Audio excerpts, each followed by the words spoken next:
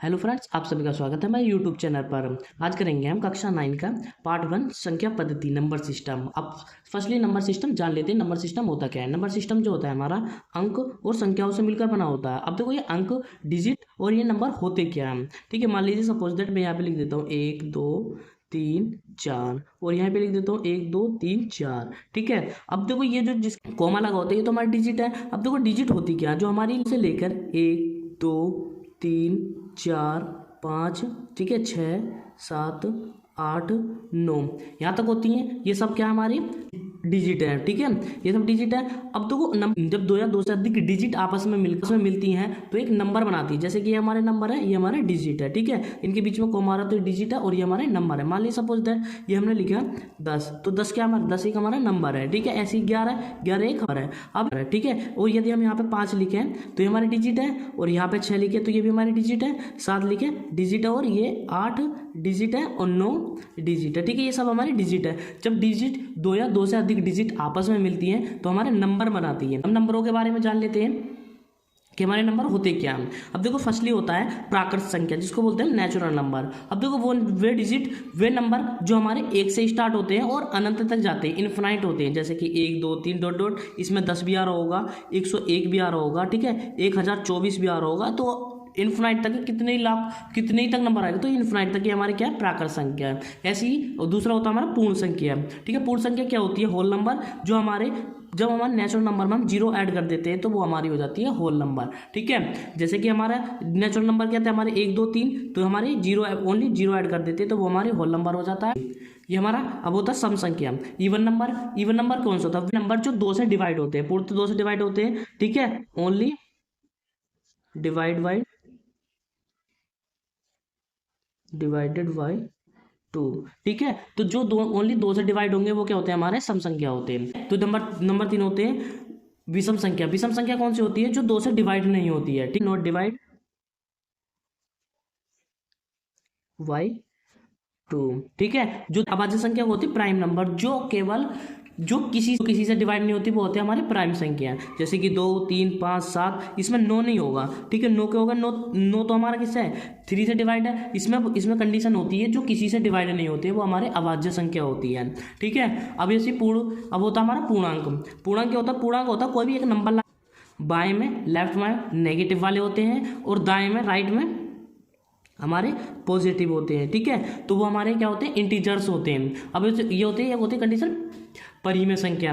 अब परिमेय संख्या क्या होती है, वे परिमेय संख्या जो संख्या हमारी पीवटी क्यू के रूप में होती है, वो हमारी परिमेय संख्या कहलाती है। लेकिन इसमें कंडीशन होती है, क्यू जो है हमारा, क्यू नॉट इक्वल टू 0 होना चाहिए, परिमेय संख्या होगी। करते हैं इस पर।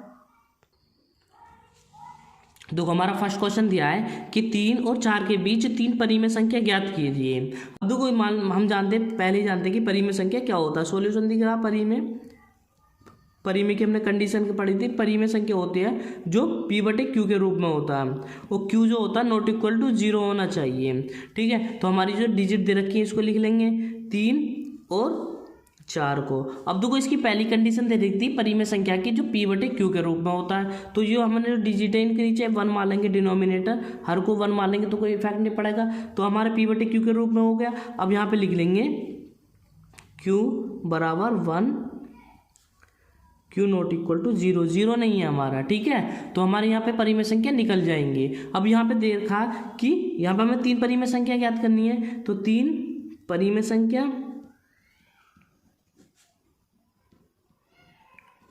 3 परिमेय संख्या ज्ञात करनी है। तो क्या होता है, इसलिए देखो जितनी भी यहाँ पे पूछे परिमेय संख्या, जैसे 3 पूछ रहा तो उसमें हम क्या जोड़ देते हैं, तो 1 जोड़ देंगे तो ये जाएगा हमारा 4। ठीक है, इसने 3 परिमेय संख्या पूछी थी तो हम इसमें क्या 1 को ऐड कर देंगे तो हमारा ये जो 4 हो जाएगा। अब ये जो हमारा 4 आया, जो हमने परिमेय संख्या मानी थी पी बटे क्यू के रूप में, उसका परिमेयकरण कर देते हैं। तो 3 बटे 1 मल्टीप्लाई कर देंगे हम 4 से, परिमेयकरण कर रहे हैं, ऐसे ही इसमें कर देंगे 4 बटे 1 मल्टीप्लाई 4 बटे 4। 4 की मल्टीप्लाई 3 में करेंगे तो हो जाएगा हमारा 12 और 4 1 4।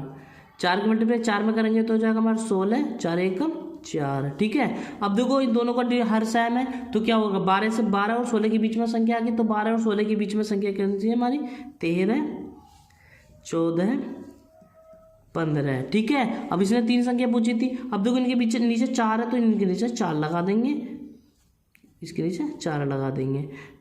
ये 4 हो गया। अब लिखो और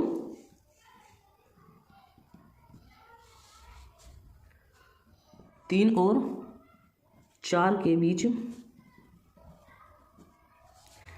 ये परिमेय संख्या हमारी 13/4,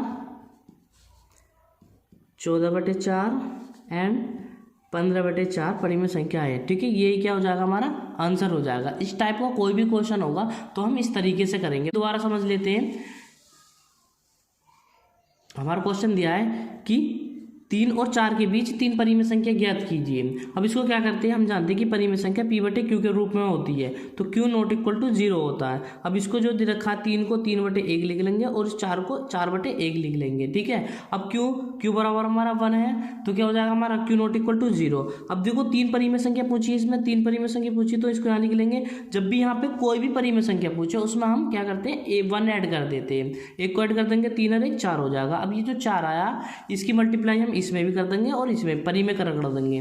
ठीक है, अब ये क्या होगा, ये जो 4 आया इससे हम ये जो हमने संख्या परिमेय संख्या मानी थी इनको क्या कर देंगे, इनका परिमेयकरण कर देंगे। तो 4 की मल्टीप्लाई 3/1 में कर देंगे 4 और 4 से मल्टीप्लाई करेंगे तो 1 आ गया, 1 की मल्टीप्लाई कोई इफेक्ट नहीं पड़ेगा। तो ऊपर भी नीचे भी 4 से मल्टीप्लाई कर देंगे, ऐसे ही इसमें कर देंगे 4/1 में 4/4 से मल्टीप्लाई कर देंगे। अब 4 की मल्टीप्लाई 3 में करेंगे 12 हो जाएगा और 4 की मल्टीप्लाई 1 में करेंगे 4 हो जाएगा। ठीक है, 4 की मल्टीप्लाई 4 में करेंगे 16 हो जाएगा, 4 की मल्टीप्लाई 1 में रखेंगे 4 हो जाएगा। अब देखो 12 और 16 के बीच में जो नंबर है उनको लिख लेंगे 13, 14, 15। अब इन नीचे 4 है तो 4 लिख देंगे, 4 ये रहा, 4 ये रहा, 4 ये रहा। ठीक है, ये हो जाएगा।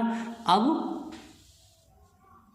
हमें 3 और 4 के बीच निकालनी थी परिमेय संख्या, तो 3 और 4 के बीच 13/4, 14/4 और 15/4 संख्याएं हैं। इस टाइप का कोई भी क्वेश्चन होगा तो हम इस तरीके से करेंगे। नेक्स्ट क्वेश्चन देखते हैं।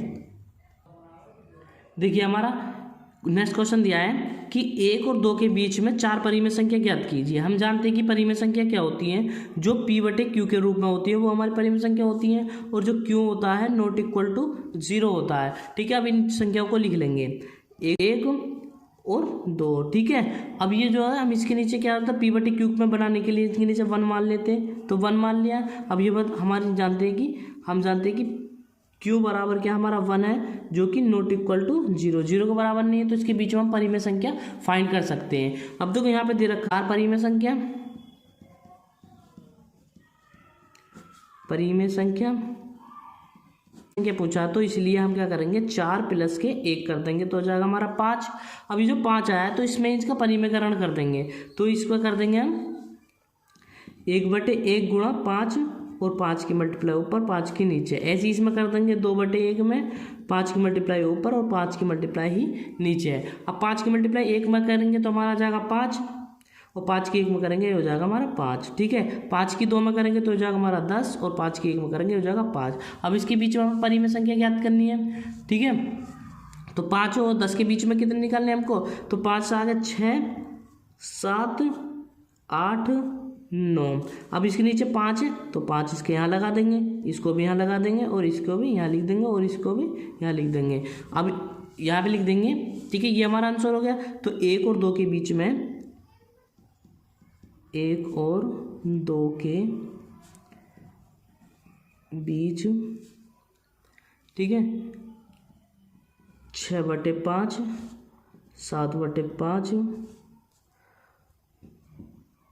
8/5 और 9/5 परिमेय संख्याएं हैं। परिमेय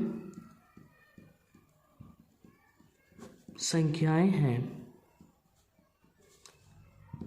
ठीक है, इस टाइप का कोई भी क्वेश्चन होगा तो हम इस तरीके से करेंगे। ठीक है, तो आई होप आपको वीडियो अच्छी लगी होगी, तो वीडियो को लाइक करें, शेयर करें एंड चैनल को सब्सक्राइब करें। Thank you.